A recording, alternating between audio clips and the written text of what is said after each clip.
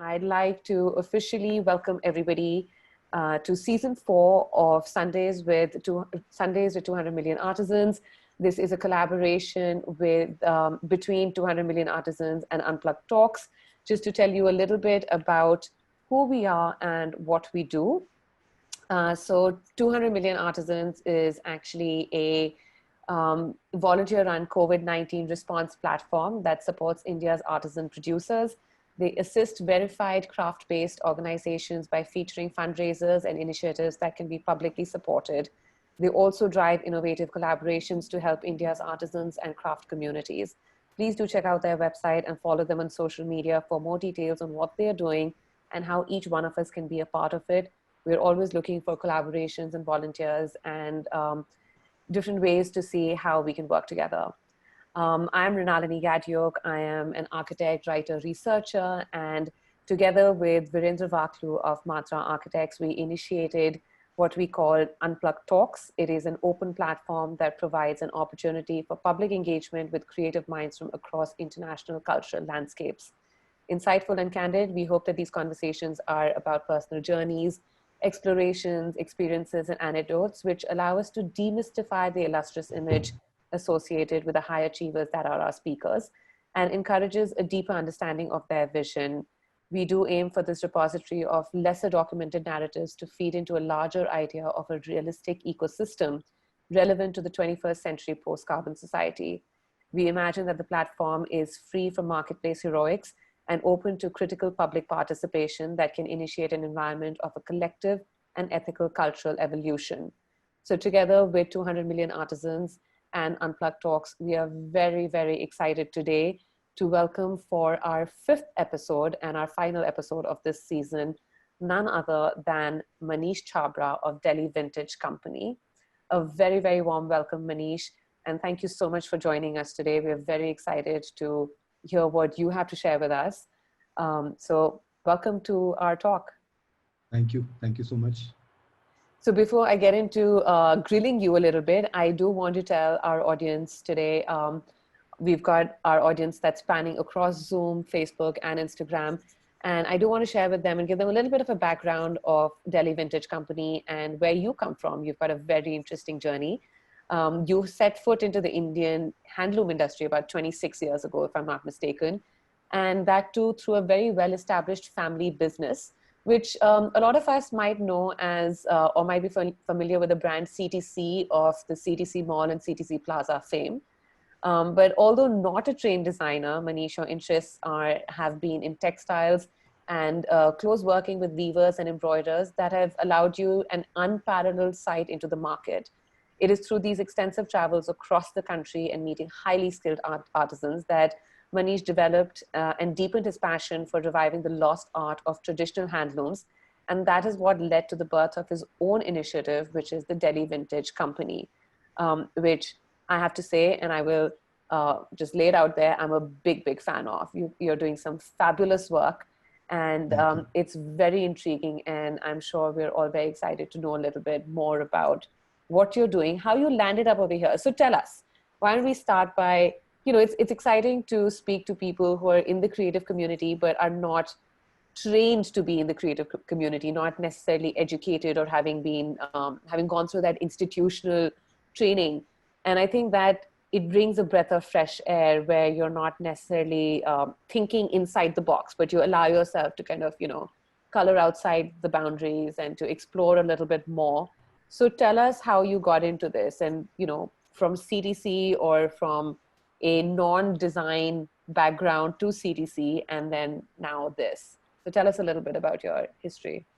I feel, training is important, but it's not very important in life. I think passion for anything is the most important ingredient if you want to do something. I mean, I started doing this in 93, when I was forced to do it. I was not ready to do it, but I was forced to do it. Being a family business and, coming from a conservative business class family, I was forced to join. And I used to go to Varanasi when I was 17 years old. And, then I made a few friends over there. and I used to roam around with them to, different weavers and different shops over there. Earlier, we used to do a lot of trading, and we used to always hunt for who's a good manufacturer, who's a good weaver. So we used to go to one place to the other, go to interiors of villages, and find some interesting weavers and talk to them and lure them to give us, because earlier, in 93, 94, uh, handloom was at its peak, Hmm. and there was more demand and less supply. And at that point of time, we used to literally beg them to give us something so that we can sell. And they used to say no, but they used to say, okay, you're a nice guy, but I can be a friend of yours, but I can't give you anything because everything is already gone. So I was happy with that. So we used to have a lot of dinners with them, and I used to roam around with them, live with them practically. And once then slowly, our relationship developed, and I learned everything from them. How the sari is woven, what is the process, how it begins, and how everything is going around them, and how the government is supporting them or not supporting them. All those talks used to happen every day, and I just got involved into it more and more, and I felt that there is a huge gap, in a typical way of approaching a handloom industry, and a more creative way. And I thought that everybody is everybody is just focused on buying what the weavers are making and selling them, and there is a huge market for that, no doubt. But there is a very huge market for also getting something creatively made. Hmm. So there are a few good brands who are doing this, who have brought handloom back into the trend, and I'm very thankful for them also. So I mean, my journey started long time back, and it's still going on. So Delhi Vintage Company, when we started about 3 years back, the whole concept about the brand was to make handloom and textiles available for a younger uh, age bracket. Hmm. So we use old handloom designs, old textiles, and give them modern silhouettes so that it's more attractive and more appealing for a younger person to wear it, because the silhouette is interesting, and the richness of Indian fabric comes in, and it becomes a good product at the end. So that's what our main goal is, So and what it's goes behind it is a huge uh, thing. no, we want to know a little bit more about what goes behind it. But I want to pick up on what you said earlier, is that there was a trend where handloom was very trendy in the Yeah. 1993, you said, like early 1990s. But there seems to have been this kind of slump in that, right? And the trend kind of, it went up, it came down, it went up again. What do you think are the reasons why handloom and textiles have been are have kind of lost their luster over the years? See, Why are we seeing that? early 90s, we were not exposed to a lot of things. Hmm. We were still typically, that we have to have a handloom sari in our, in a wedding. The mother has to wear a traditional sari, or the wife has to wear, the bride has to wear something like that. But in late 90s, embroidery came in, and that was the time when the handloom industry went down badly. And during that time, there were a lot of weavers who were forced to leave handloom and do other jobs, take up getting into labor work, or getting into farming, or getting into any other thing. But handloom suffered a lot during that time, because also again, it was a very typical industry, and there were not many people who brought handloom the way it is brought up now. In late I mean in now in 2010 to now, there is a big boom of textiles and handloom again, Hmm. just because because of our design industry was There are a few players who've used textiles very nicely and bring them into trend again. So at that point of time, we lost a lot of good, people and artisans, and textile and handloom industry was in a big slump during that time. And I faced it in front of my eyes when people, my friends used to say that I'm leaving this, I'm going away, I'm not doing this anymore. So I'm still in touch with them, and it's not about just the weavers. There are a lot of people who are other than weavers involved in the whole process. There are graphers, there are people who fix the threads. There are a lot of people who are Hmm. involved, and they all lost their jobs. So and again now, I mean, in during these times when there is a pandemic, there is the same situation again. There are a lot of weavers who have just left, and it's a sad situation, and there is no respite, and there's no help from our government. There is a lot of help to farmers, but there is no help to weavers. Well, the farmer community is another sort of, we all know I what's know. happening in the country today, and it's everyone's up in arms. But I have a fundamental question, and I have my own opinion about this, but I want to know what you feel about, everyone's got their own perception. Handloom is a traditional craft. It's been there for many, many years, and people have been practicing this over generations. But what is also a fact and a reality on ground is that it is a slow craft, right? It's something that takes a lot of time. It takes a lot of effort, and at the end of the day, what you produce is a limited amount of product, right? To put it in lay terms, what do you think in terms of, and this is a debate, this is like an age old debate on whether we really should be holding on to these things and why, or should we just kind of, move on with the times? So as an architect, my question very often to architects is that if I have to like, draw the analogy that you have a building, you make a building has its shelf life, it has its own kind of lifespan. Do you allow for it to age with time and allow for it to live its life and then let it dwindle in its own way, or do you keep on conserving and keep on trying to prolong what it can give you?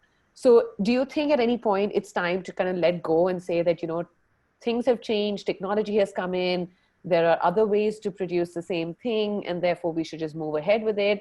Or do we want to hold on to our traditional ways of creating textiles? See, there is, I mean, other than uh, a choice, there are a lot of reasons why we should not let our handlooms go, because no, I mean, everybody's moving towards Western influence and Western wear, and we are not using hand woven fabrics. Now, Hmm. hand woven fabrics have their uh, own beauty and have their own reasons why we should wear them, because they are more breathable fabrics. They are good on your skin. There is a lot of advantages to that, rather than just wearing polyester and like machine made fabrics. uh, Other than that, I mean, it's our tradition, it's our culture, it's what we are made of, it's what we have seen in our histories, in our history, and uh, we can't just let it go. I mean, there is already a lot of damage done to it. There are a lot of techniques, a lot of weaves which are lost now.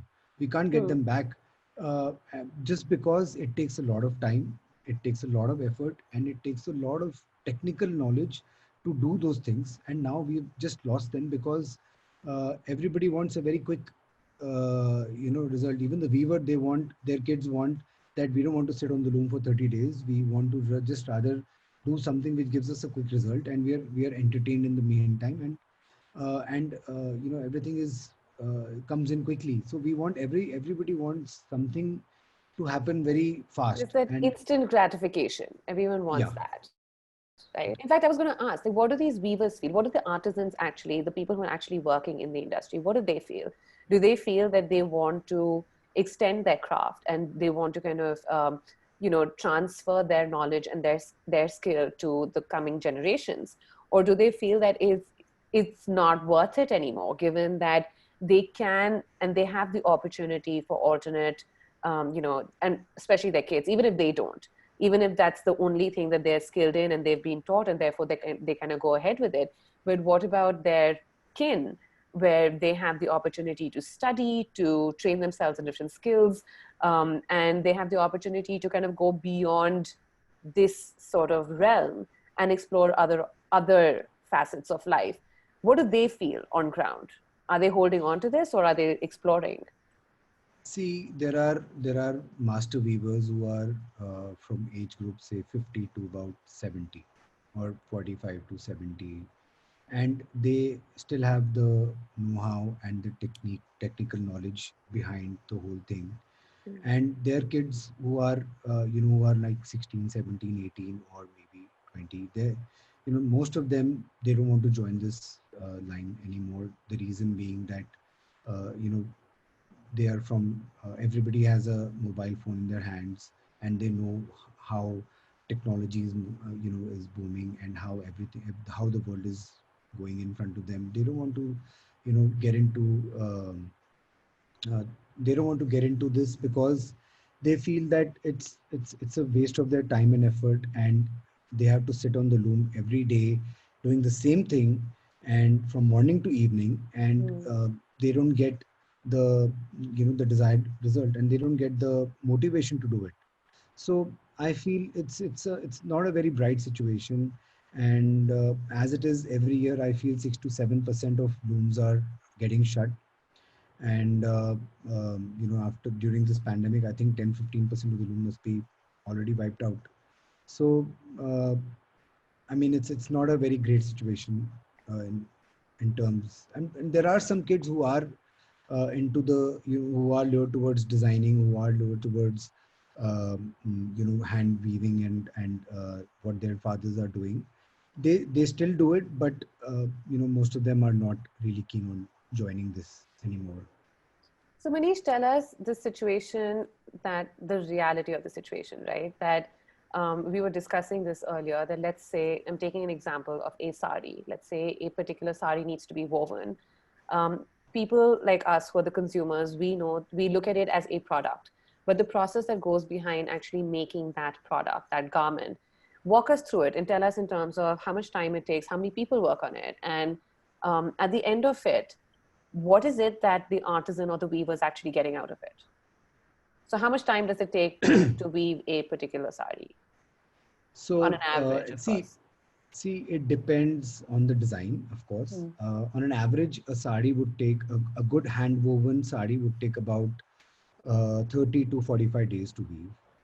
The process is that once you get the yarn, you dye the yarn, and you fix the yarn.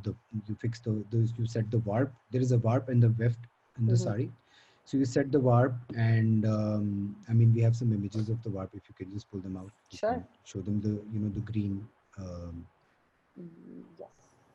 Just a second.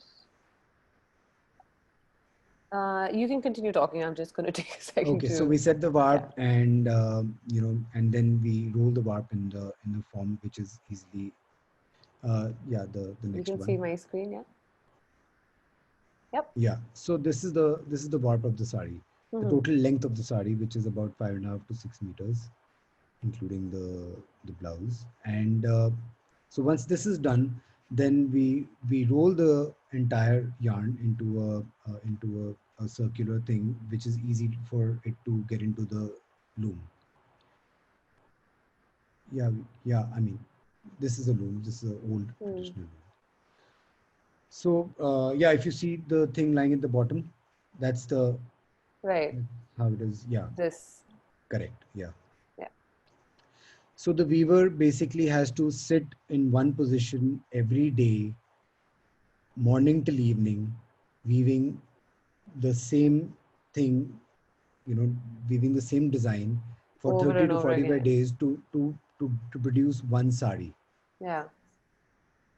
And he would the yarn is supplied by the by uh, the the guy who's getting the sari made. The zari is supplied by him, whether we Hmm. use silver zari or gold zari or tested zari. It is supplied by the um, by the sari guy. And then the weaver, the main weaver who weaves the sari, gets about 8 to 10,000 rupees out of one sari, and that takes about 30 to 45 days. So depending on the work, now you can see there are two people sitting on one sari and getting the job done.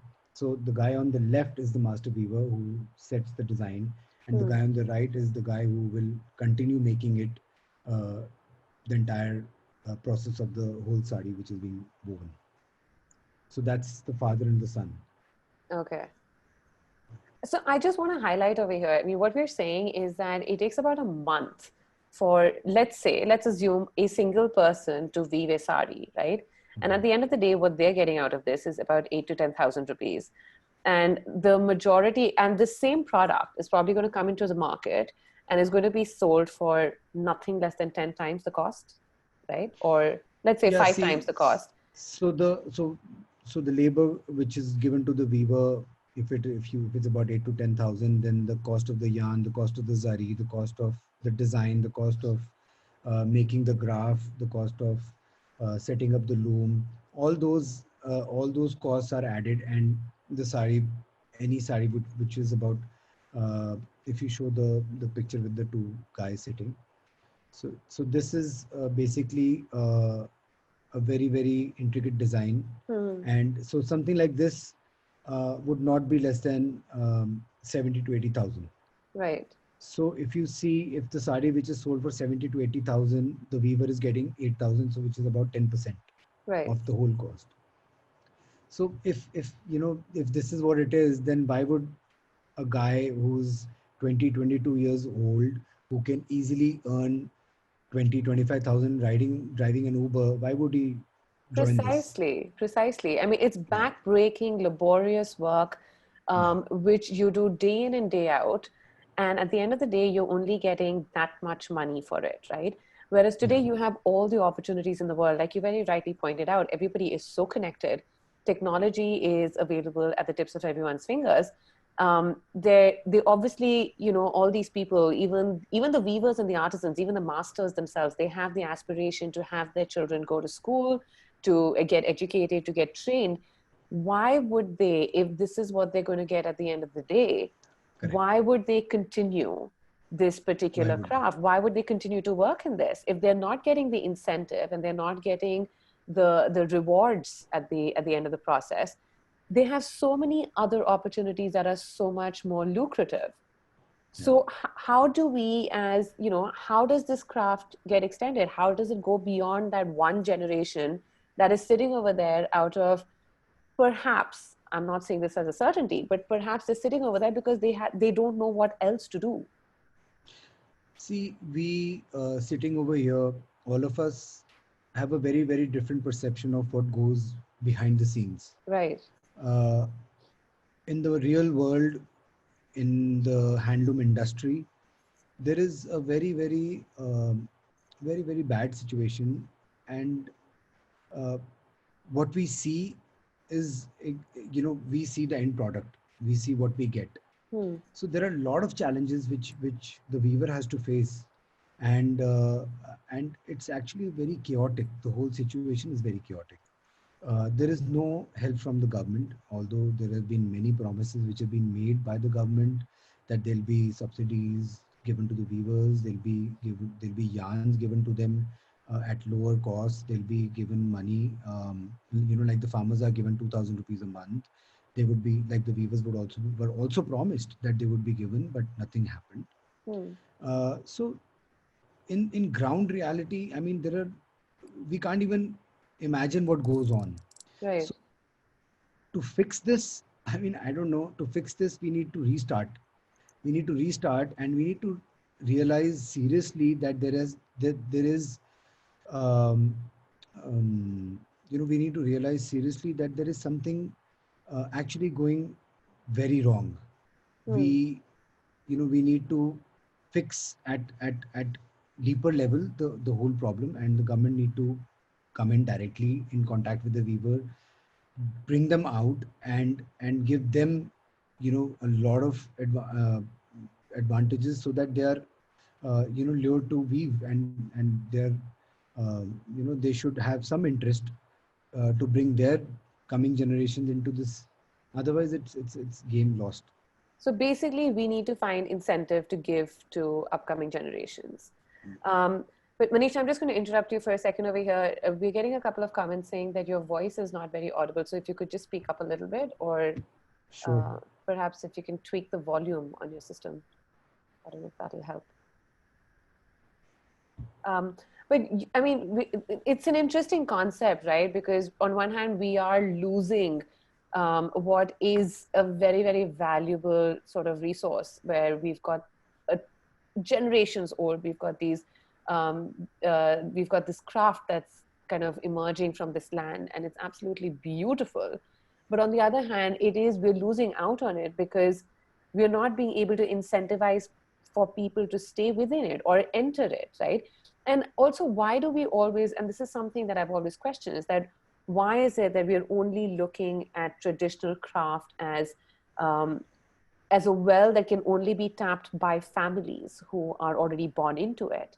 It's unfortunate that it's not a resource that can actually have people from the so-called outside world, people who are not born into the artisan family, who are not born into the craft. It's very difficult for them to penetrate that. And I Yeah. feel that if we had incentive, then it would be interesting and it would be easier to get people of the younger generation to become more interested. And they don't have to have their parents don't have to be weavers for them to be weavers, right? So today, when we look at our urban sort of landscape, and both my parents are doctors, and I chose not to do medicine. Both me and my sister chose not to do medicine in a very early age. Similarly, if weavers' children don't want to do that, let them not do it. But that doesn't mean that non-doctors, kids, or that doesn't mean that, people who are not doctors, their children can't do medicine. So similarly, weavers' children, if they don't want to become weavers, that doesn't mean that somebody else's child can't become a weaver, right? And Yeah. So but then we need institutes where handloom is taught to design students, uh, and where all these the old techniques which are there are taught. I'm so sorry. So we need institutes for that, so that anybody who's not even from this family can hmm. join in and learn this craft. Yeah, definitely we should. So There it should should be just something. become, yeah, it should just become like a skilled, I don't know, like a vocation, right? Yeah, exactly. Yeah. So I mean, yeah, then definitely there should be some institutes which should learn the whole thing from the weaver and bring it out in the open, and let everybody, whoever is interested in continuing this, should learn it. And And it should again, not that's, be. sorry, And go then ahead. we should use our I'm saying then we should use our technology and our technical mind to make it more simplified, rather than using those old looms. Maybe there are some technical ways to make it more modern, and Hmm. an easier way to weave. Maybe we use technology to do that. Right. So there has to be a lot of yeah, I mean, there can be a lot of ways to improve it, definitely. So interesting that you bring technology in over here, because I wanted to also touch upon this whole idea between the difference between the handloom and the power loom, right? Like in this entire equation, of course, the handloom has always been the hero, the power loom has always been the villain. And anybody who understands or is remotely familiar with it will say, oh, a big no-no to power loom. But at the same time, when people go into consuming garments and apparel, then it's, we're um, attracted to fast fashion. But tell me, in terms of technology with respect to handloom, where is it? Like, why does this handloom process have to be um, so obsolete in a certain sense? Why is it that we can't use technology to kind of upgrade the skill and the craft to bring it to a certain level without turning it into or even if it's mechanized, even if it is a power loom, why is the power loom such a big villain in this equation? See, power loom is not villain. is not a villain at all. I mean, we need powerloom also. See, the whole thing is that a handloom product is more expensive than a powerloom. Powerloom takes less time, less manpower, less effort, and you can get a lot of uh, quantity in a much lesser time. So definitely, it's much cheaper than than a typically hand woven sari. Hmm. Definitely, because it's made in machine. There is a separate buyer for that who wants to buy a power loom made sari, who doesn't care whether it's a hand woven or not, who just sees that it's a design which is similar to a handloom sari, and I'm getting it at an X price which is affordable for me, and that's it. So there is a huge market for that, and there is no harm in it. But there is a big market which only wants a hand woven sari. But the problem comes in when a person who knows who's buying a hand woven sari is given a power loom sari at a hand woven price. Hmm. And we sitting as we as a consumer don't even know what's the difference between a hand woven and a power loom sari. So we are in a machine on a machine we can make a design which is just like a hand woven design, and you don't even get to know whether it's hand woven or not. So the problem is that there is a that there is less knowledge given to the consumer regarding the difference between a power loom and a machine made or a handmade sari. So that needs to be fixed rather than making power loom a villain or a handloom or a hero. I mean, if Right. you want to buy a hand woven sari, you have to buy a hand woven sari. There's no doubt. And our mothers know the difference, but the younger generation doesn't know it at all. So that's the issue. No, that's very true. In fact, I was in Banaras maybe, I want to say about 7, 8 years ago. And me and my friend, we were kind of going from shop to shop and looking at different things and different textiles. And, I come from a family where my mom and the women in my family particularly are very fond of textiles and handloom. But if someone was to hold a power loom and a handloom fabric in front of me, I wouldn't necessarily be able to tell the difference. Also the work is just the way they put things together, it's so deftly done. But what really surprised me at that point was that when I was looking for fabric and especially saris, I was being shown a lot of these very geometric patterns, very so-called, or what they called modern Modern. patterns. And I'm like, bhaiya, traditional kuch dikhao, right? Like I want the florals and I'm old school and I want the age old sort of stuff. And they're saying, nahi, nahi, madam, this is what works now. This is what is in demand, right? In And trend. from there, Yeah. the conversation kind of extended and it went on to what people are wanting nowadays is this very modern contemporary design. That's one thing. But what I also discovered, and I was really appalled to hear, is that a lot of these saris are actually not even being made in India today. So, what we call Banarasis are actually being imported from outside the country. What is happening with that? See, there is a lot of hand woven and machine made sarees which are made on Chinese yarns. Chinese yarns are being used from a long time. They are easier to weave. They are more suitable for a weaver because they you need less time and less effort to weave on a Chinese yarn. And the reason being also because there was no government support there was no support from the government to the yarn makers in India, and there was no technical support from the government. So we never developed making a finer Indian yarn. And Indian yarn is very difficult to weave. It's difficult to handle, and but the sari once it's made on an Indian yarn, and there's a huge difference. There is less shine. It's more, it's more matte and dull, and it has that raw feel to it.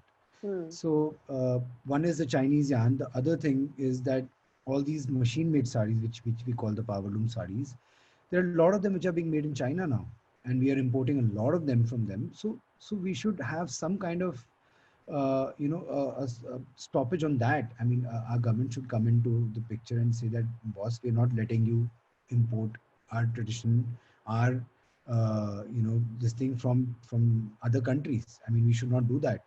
or even if you're doing it, there should be more import duties on it so that the cost becomes the same. Now, if countries like China start producing Indian handloom sarees look alike, then you know what's going to happen to our real weavers and real handlooms. So since you brought So the government in, I want to know, like, what kind of support are we actually getting from the authorities and from the government? What kind of support are the weavers and the artisans getting? we are getting a lot of promises, that's for sure. That's it. We're not getting anything more than that, Are you for talking sure. in this particular COVID times? Are you talking in the last 6 months or in general, even In before that? general also there is, in general also there, there are a lot of things which are promised, and but they're never delivered. Hmm. Also, in during these times, there were a lot of promises being made, as I earlier said, that government promised that they will be given, every weaver will be given 2000 rupees like a farmer, but again that was not executed. And so there are a lot of promises, but there are no there is no effort actually made on ground. Hmm. And uh, so slowly I feel the handloom industry is dying.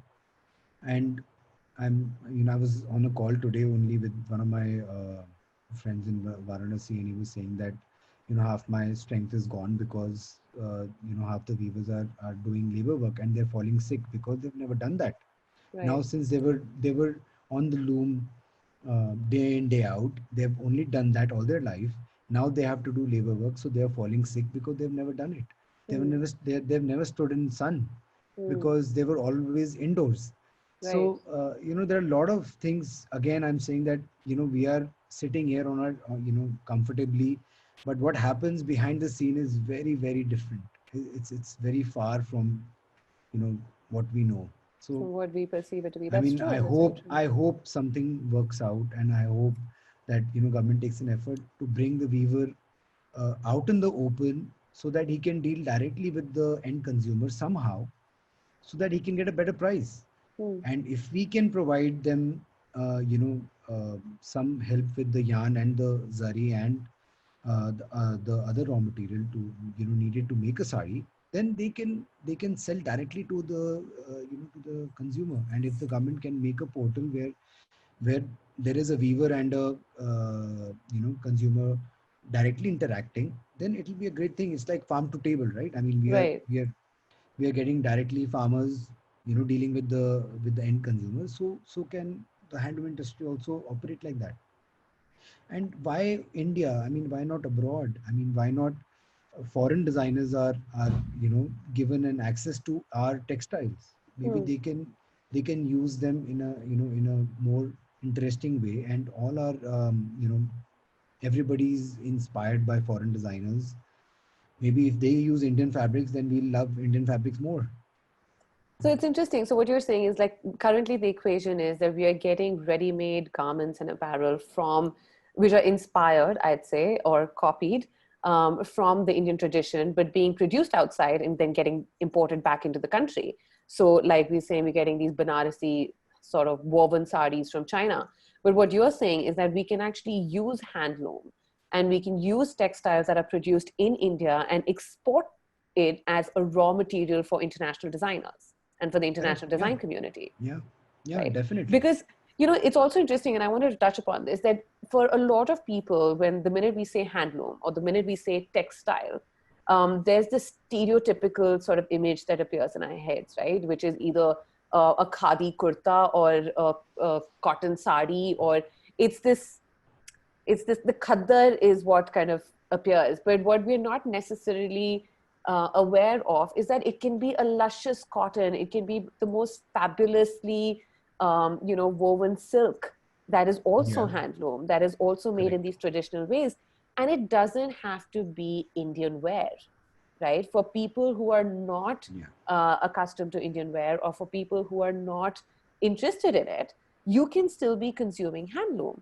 And that's something that is very interesting with the Delhi Vintage Company, is that you're actually breaking that norm, where you're taking handloom and you're taking traditional methods of creating apparel, but in a very different, in a very contemporary setting with very unusual silhouettes, and are actually catering to the so-called younger, more, again, quote unquote, modern clientele, right? So how did this develop? Well, see, our whole uh, concept on starting Delhi Vintage Company was to bring in handloom and textiles in to the younger crowd. Now everybody wants a Western silhouette. Everybody wants a cool looking garment, a trendy silhouette. And uh, what if we combined Indian textile, in that silhouette? Then what will Hmm. happen is that it'll bring a very very uh, innovative garment. So we wanted that, and then we had a huge setup in embroidery where we use old techniques of doing hand embroidered. So we use that in our garment, and I think the whole thing came out pretty well. And our whole idea is to make handloom accessible for exactly. So our whole idea is to make handloom accessible for today's women. Right.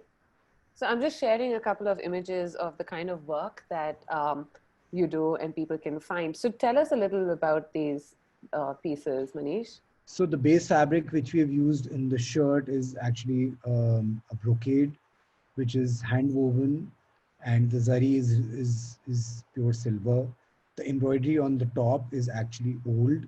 It's been treated. It's been treated after the embroidery being done. It's been made to look old, and even the embroidery technique is very very old. It's very simple, but it's very old. And so the whole concept is vintage to bring in our old culture, alive again. And so we've accessorized it with some old coins. Uh, so we that's what we want, and the whole silhouette is, I mean, this is a traditional silhouette, but otherwise we use a lot of modern silhouettes, Hmm. to bring them, to make them more wearable for our younger, yeah, like that. So for a young crowd. Yeah, and so in your sort of portfolio, you have everything ranging from, of course, the traditional lehenga and sari to blouses to also like the skirt and the pants and very unconventional sort of silhouettes that go beyond what one would expect. Yeah, because see, handloom should not be just limited to a sari or a lehenga. It should be versatile. It should be used in any kind of silhouette possible. That's what I was saying, that if we can make this beautiful fabric of ours, textiles of ours, accessible to international designers, and let them get anything made. If it is made possible, then then handloom will have a very different meaning in our minds also. Then Hmm. our younger generation will be more inclined to buy an Indian textile. So right now it's there are very few people who are actually working with hand woven fabrics. I mean, there are very few designers who are doing that. Right. And there should be more people coming in, and there should be more uh, people ready to buy as uh, as an heirloom, so that they can keep it for their generations to come in. So I in mean, fact, it's a non-fashion garment. I mean, you can use it for the rest of your life. You can keep it, and you can just frame it. that's really interesting. I've actually framed my nani's engagement sari.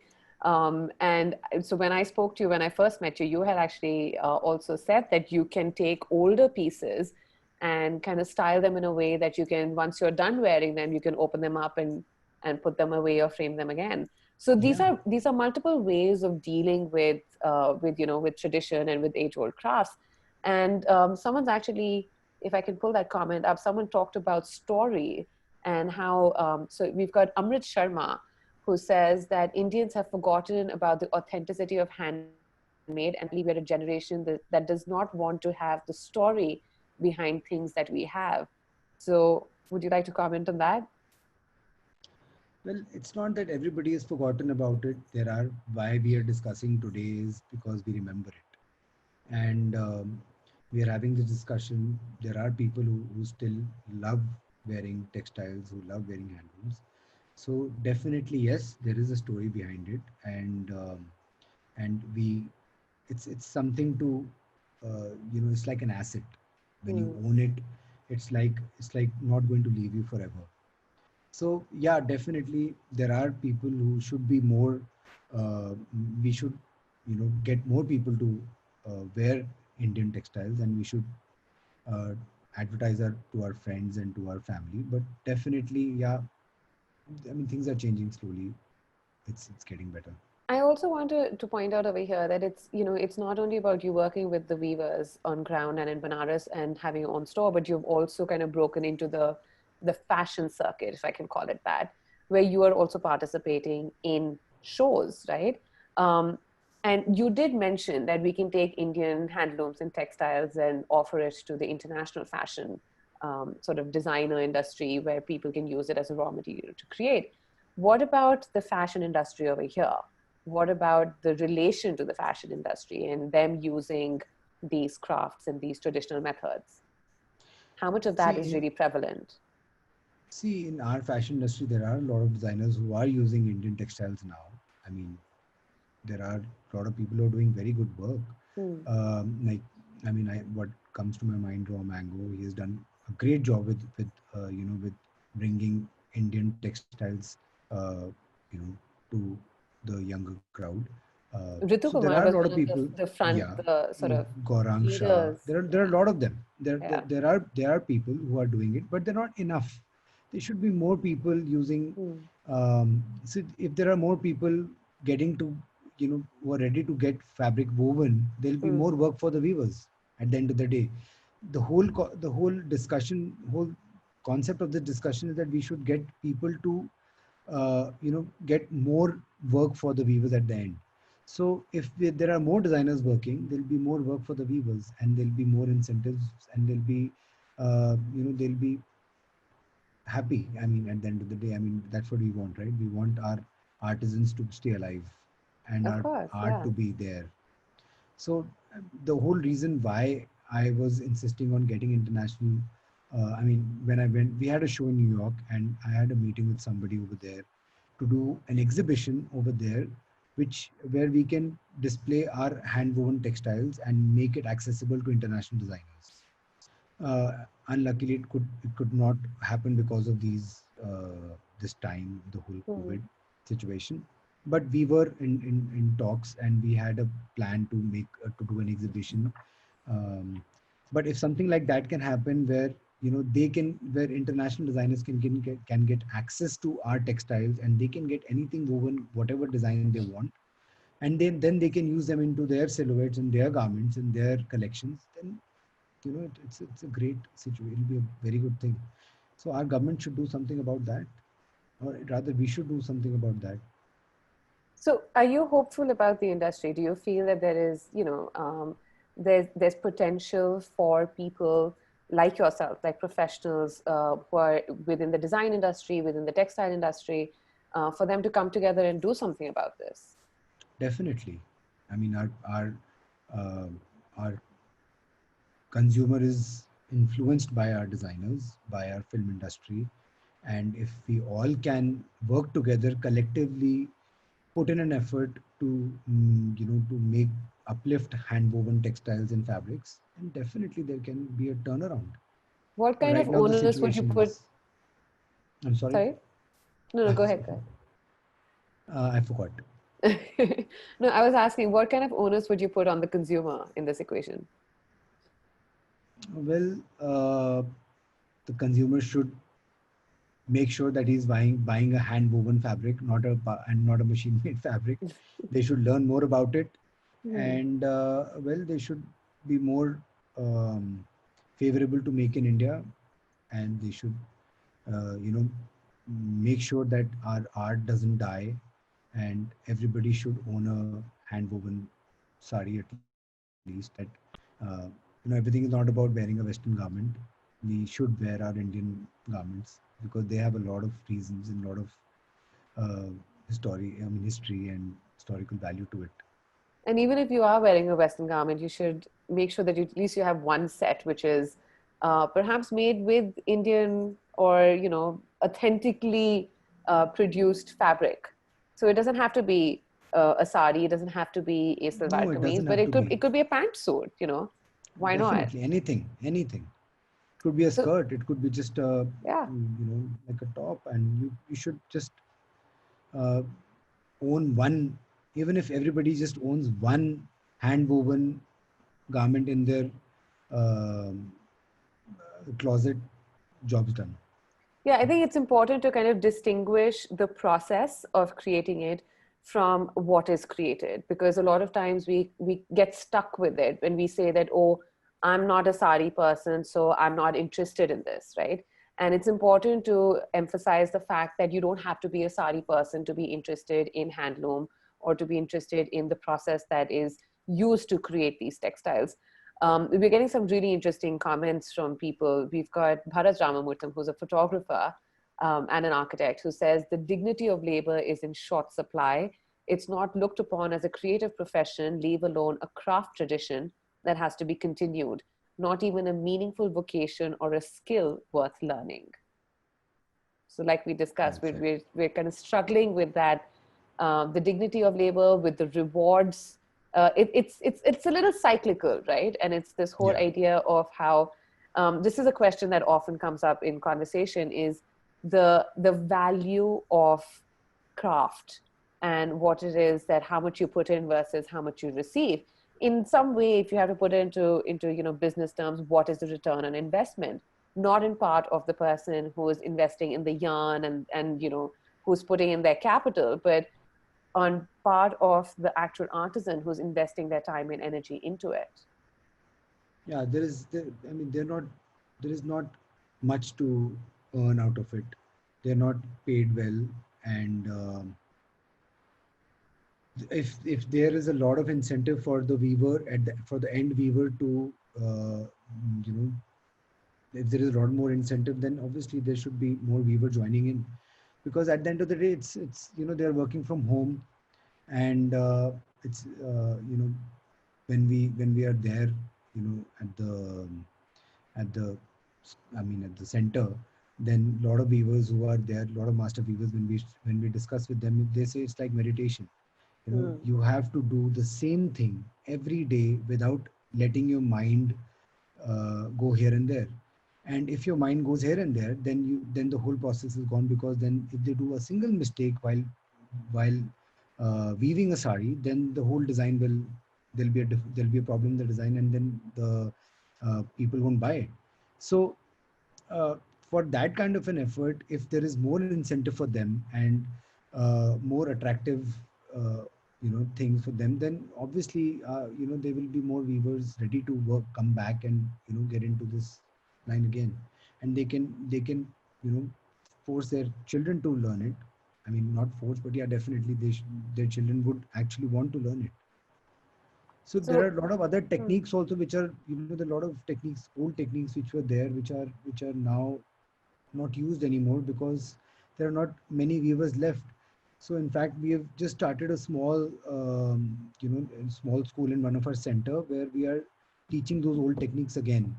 So there are Okay. only one or two weavers who are left, who know who know the technique, and so we are trying, a few younger people to learn from them, how to weave those uh, old weaves again, bring them alive, make them alive and bring So them who back. who are the students who are learning this? So there are a few young people who are still interested, whether they're not. Most of them are not. Actually, you'll be surprised. Most of them are not, children of weavers. They are That's encouraging, actually. basically, That's why I yeah, asked. Yeah. they are basically, attracted towards the design and towards our textile. So they are the ones who are ready to learn, and because Hmm. there is they are passion driven. Children of weavers are mostly forced to learn the art, Hmm. because for them, then if they're forced, then they are, they don't want to learn it. Yeah. But people who come with their own passion to learn, then they are ready to learn different weaves also, and they're ready to sit and put that effort also. Right. So we've got Puneet Badeka, who says that I believe some processes in handlooms can be optimized and can be automated. And I think this is what we were talking about earlier as well, right? Where we can use technology to simplify the process and Yeah, therefore incentivize it for getting more people interested in this. yeah, definitely. Yes, that's well said. Yeah. Yeah. I mean, if we can find a way to keep handloom and handwoven as handwoven and bring in technology, well, definitely there can be a lot of ways to improve it, improve the situation. We have a lot of people who are actually quite curious about the state of support that we're getting from the government. And this is something I wanted to address with you as well, the difference between private patronage and state support, right? So we've got Sakuntala Kadir Gamar, who says, does this need state support or private sector support? Has the government closed or ended state support for cottage industry? Uh, See, we need support from all ends, whether it's a government-based state support or Hmm. uh, private support. We need support to keep our handwoven and handlooms alive. It's a long discussion where we can go into a lot of things, but again, what I'm saying is that we sitting over here, we don't exactly know what's happening at the ground. Right. So there are a lot of things which we need to get into. We need to hear the real problem which a weaver faces, and then we need to address them, because right now the situation is very chaotic, and as I said, it needs to restart. It needs to shut down and restart again with the proper system, implemented and posted by our government. So we've got Katie Ravindran, who is an architect and urbanist, and he asks a question: what about the government shutting down the board? How would this impact weaving? Do you think this is the beginning of the reboot? Do you think this is the beginning of the shutting down and starting up again? I don't know. I mean, I hope it is a beginning of something, And because not the at the end not of the the day, end of something, in you fact. can shut down whatever, but what happens to that weaver, who's still waiting for some miracle to happen from the government? I mean, we Hmm. can shut down anything and we can restart anything. At the end of the day, the weaver should be uh, uh, you know heard, and uh, his problem should be solved. But there was much criticism about this shutting down this board, right? And we've had a lot of activists who've raised their voice against this. What do you feel? Do you think this was a valid step to be taken? See, there are a lot of discussions for and against it. I Hmm. mean, my view is that I think, you know, if there is a right reason to shut it down and restart it, then definitely it is the right way to do it, because there are a lot of problems which happens, where even government says that, we are subsidizing the yarn for the weaver, but that subsidized yarn doesn't reach the weaver. So the middle person who the government appoints hoards everything and sells it personally or privately to the same weaver at a higher price. Hmm. So yeah, definitely we need to shut down something and restart something, and we need to look into this in a very, in a deeper way, and keeping our handloom active, and making sure that our weavers are not paying the price for it. So, if we have to be optimistic about it, I would say that let's hope. I know that it's not a bright situation to be looking at right now, but let's hope that the shutting down of this could perhaps be a potential opening up of something and Yeah. restarting of something as opposed to the end of something. So we've got our fingers crossed with that. We do have some more comments coming up, and what's interesting, and actually Viren points this out, is that um, and you talked about this, farm to table sort of a model, and the government had started this. We have the Dilli Hearts that are looking at bringing handicrafts and looking at bringing the artisans directly to the consumer. So, what do you feel about models like that? Do you feel that has been beneficial for weavers and for the handloom and textile industry?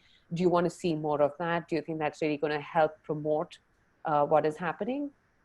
Yeah, definitely there are very good steps, and definitely you get to meet the weaver directly. If these things can be promoted advertised well, and they can be accessible to a lot of to a lot of consumers. And if something more of these can happen at a more frequent times, then definitely it's a good start. I mean, it's a good way to uh, you know get Weaver meet the consumer. It's definitely, it's, for whatever reason people might go to Dilli Haat. A lot of people might just go to Dilli Haat to hang out or to, eat their famed momos. But what also happens in the process is that they are exposed to these products. They're exposed to the weavers and to the artisans. And invariably, conversations happen. Invariably, you see more of it, you become more curious. And there is, you're more, it becomes more accessible, and I think that becomes See, interesting. in these places like Delhi Haat, or there are a lot of things which happen. Dastcard and things like that. Dastakar, yeah. Yeah. So what happens is there is a weaver, then there is a guy who has a center, who has Hmm. say about 15-20 weavers working for him, right? Now the center owner takes part in these exhibitions. The direct weaver is still Seldom away is. from it. Yeah, Sure. Yeah. because he doesn't have that much of production that he can take part in in an exhibition like that and bring in 200-300 saris Hmm. for there, so that he can stay there for 15-20 days and continue with the exhibition and has enough stock to sell. Right. The center owner, who has many centers and who has many weavers working for him, takes in more profit than the weaver himself. Hmm. And the initiative the government should take is to bring in that weaver who's away from that, to meet the direct consumer. Now, Right. how we are going to do that, there can be a lot of ways, but that should be our goal, where we need to meet the the the weaver himself. The weaver himself should be accessible to the end consumer. Right Hmm. now, there are a few weavers, but mostly I feel there are a lot of center owners who are there, Right. who take part in these exhibitions. Right. So Okay. again, I'm saying that the real story is very different than what we see. Hmm. Virend's also pointing out that Gujarat experienced a major upliftment in the 80s and the 90s, with with handloom that was being created by social relevant model like Shrujan, etc. So do you see something like that that could perhaps be a potential? I'm not aware of that. I'm so sorry. Viren, you could actually unmute yourself and join us. Viren? Okay, we can come back to him. We've got a couple of people who are, oh, there you are. Yeah, there I am. Yes, Hi, Viren. Shrujan, in fact, hi. Shrujan was an organization that tried to connect different villages in Kutch. And you may be familiar with the Kutchi uh, Yeah, handloom, which is mostly daris, lesser of course, your very refined saris. But then again, that has very traditional patterns, very traditional way of weaving. In fact, I visited those areas, those little villages where maybe a family of 4 or 5 come together and create handloom products and textiles. And these various villages are interconnected. And Shrujan they happened to be my friend, and they had regularly in Delhi. I don't remember the place now, but somewhere in the newer part of Delhi, they would have, I think, Dastak. No, not Dastak. There was one place they would exhibit regularly. And what is surprising, this is not a model supported by the government, by private initiative. And the shroffs, I remember the shroffs were behind it. And it was always a sale out. So the villagers would come here and exhibit their materials. And it was so difficult actually to buy, because in 3 days, I think it was in the Aga Khan Hall somewhere at yeah, Barakhamba Road or so. It was a matter of 2 days. You would come on the third day, everything was sold out. sold out, sold All out, the good pieces were sold out. sold out. Carpets, daris, dresses, other ornaments that were created by the villagers around Kutch. So I feel sometimes that the initiative has to come more strongly from the private sector, because, well, I shouldn't be critical, but government generally doesn't do much for the creative field. Let me share that with you. And if there is something, I think that gets sooner or later completely damaged, at least in its creativity. Yeah, you're right. I mean, if you see this, this initiative which you're saying, this Sujan, if something more like this can happen more frequently, and there are more private players who come in and and help, uplifting and reviving the handloom industry, I think that'll be very good for our industry, definitely. Or Because Something your even, more of handloom is these. fabulous. I mean, I'm getting here comments. Your material, your craft is so excellent. I feel deep down. I mean, I've lived abroad for very long. You can't let it die. Nobody can allow to let this here die. It's the finest globally. It's the finest work that you see. Yeah, But there is definitely. something that Mrinalini, I would like to add a very small story, very, very small. I happened to be last year in Benares through a friend of mine who was the chapter Benares of Intact. He took me to the side lanes. Unfortunately, very bad living condition though. To the person who would do on loom again embroideries and basic textiles also, which would be then directly booked by foreign designers in Paris. One of the most uh, I mean, amazing. In fact, I know that because my brother bought a lot of that material, uh, ranging quite. I mean, they start at 70, 80,000 rupees, as you said, and go up to saris go up to 4, 5 lakh rupees and more. Now, he told me a very interesting story. He said there was a period where the European fraternity that had to say something about handloom was against child labor very strongly. That affected, of course, the entire carpet industry. I myself from Kashmir, I know what it would mean. There was suddenly this ban, a kind of curtail, a ban on importing from India if it is made by artisans using children as well. Now, what Dad did, and he was very right, he had 4 sons, he was the designer. The 4 sons are doing today marketing and accounting in his organization, because the period where they could pick up this art was the period which Europeans actually banned the child labor. So they called it child labor. And I have a very interesting take on that.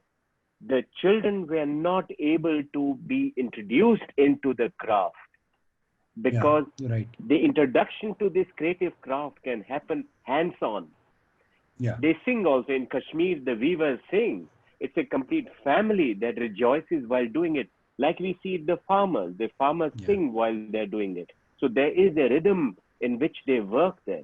So all that got damaged and curtailed by the European approach to what traditional way of creating craft was. So this was a major impact that has lived till today. Therefore, many, many people have left earlier 80s. This craft, they can't do anything. And this gentleman, this craftsman, aged person in his 70s said, 10 more years and you will not see the Banarsi embroidery anymore. Please yeah. buy The as real, much as you want. as you You can. can frame it like Mrinalini said, you can frame it. These are masterpieces.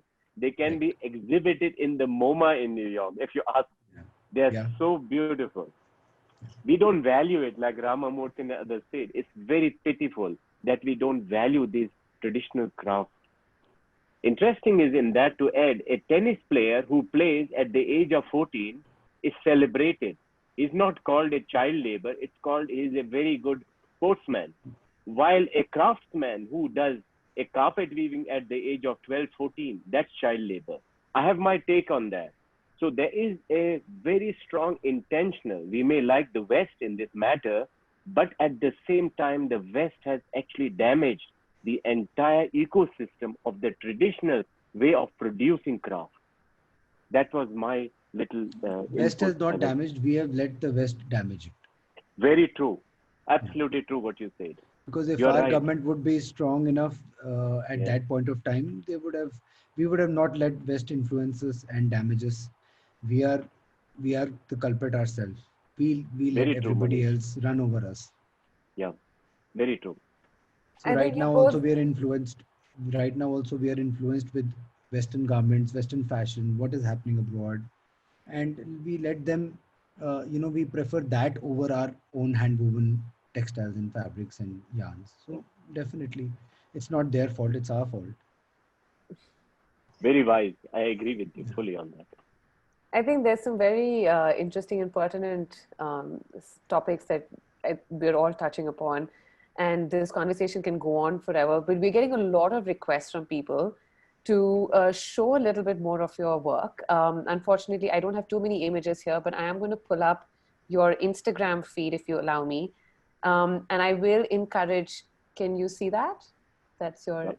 yeah. I will encourage everyone to go on to the Delhi Vintage Company Instagram feed.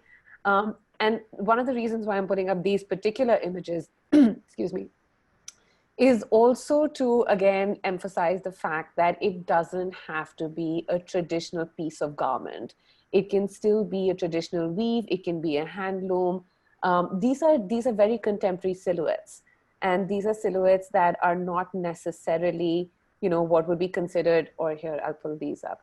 Manish, these are from your New York show, if I'm not mistaken. Yeah. Yeah. Yes.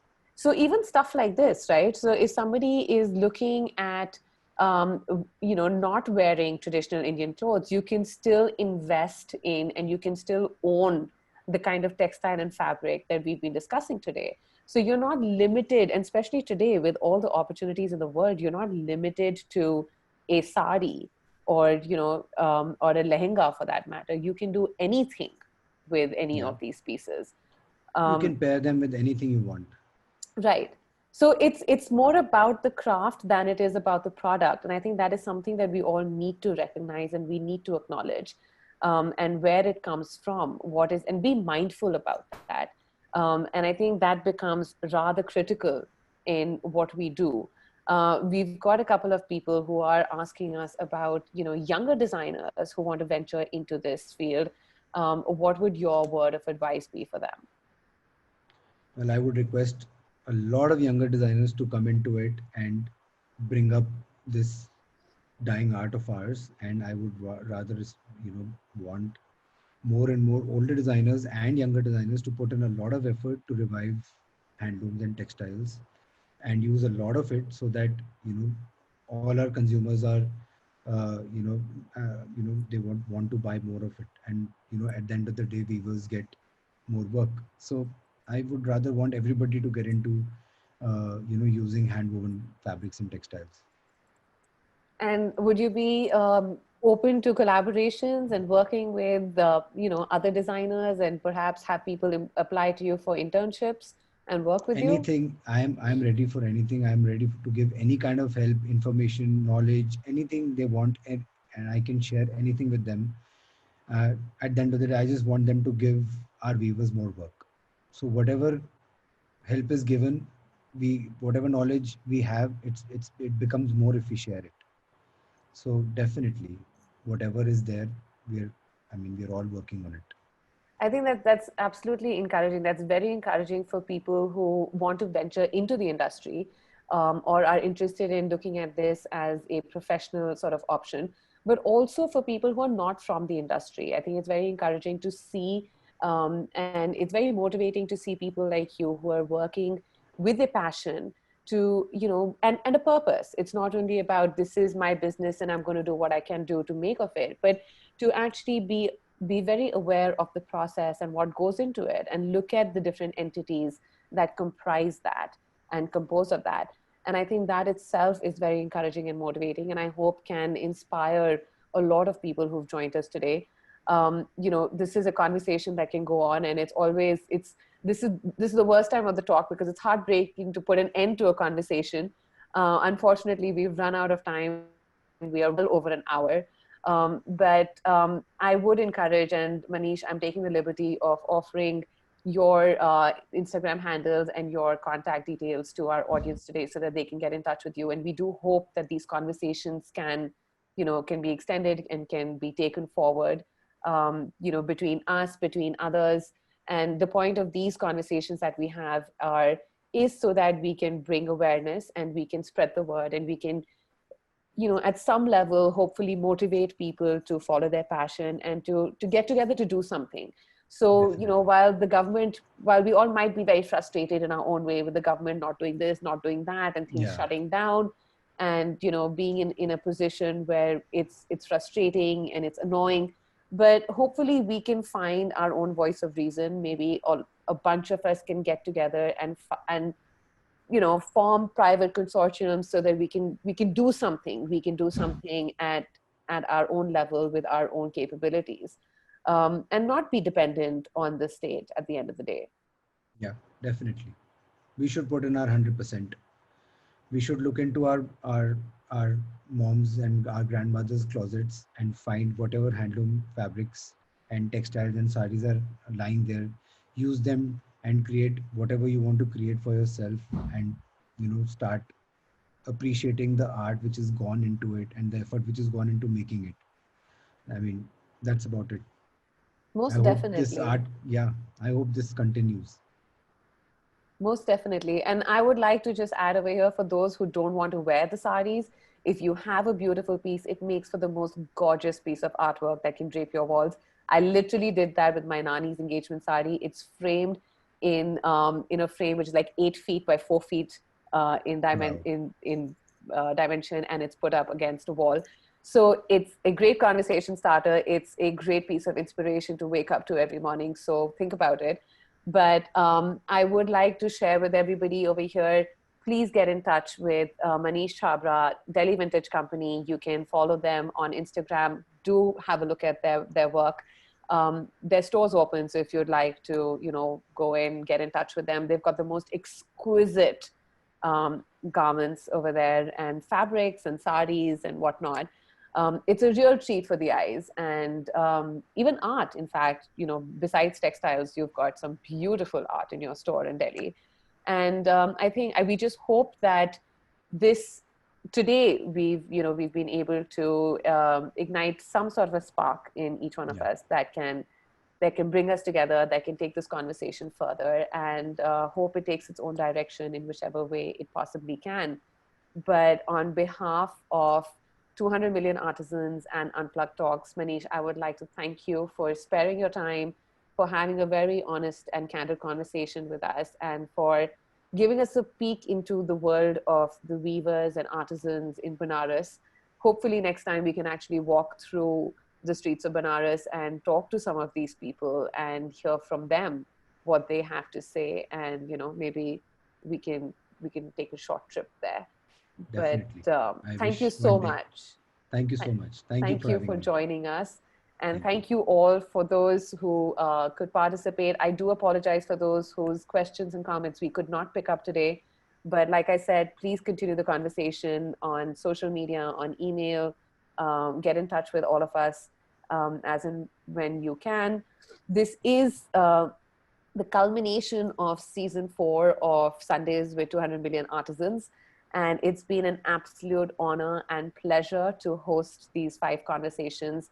We've had some absolutely fabulous talks, and got an opportunity to, get an insight into various people and the wonderful work they're doing in different areas with different material.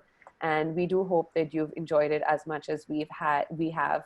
Um, it's been absolutely beautiful and wonderful, and do keep in touch.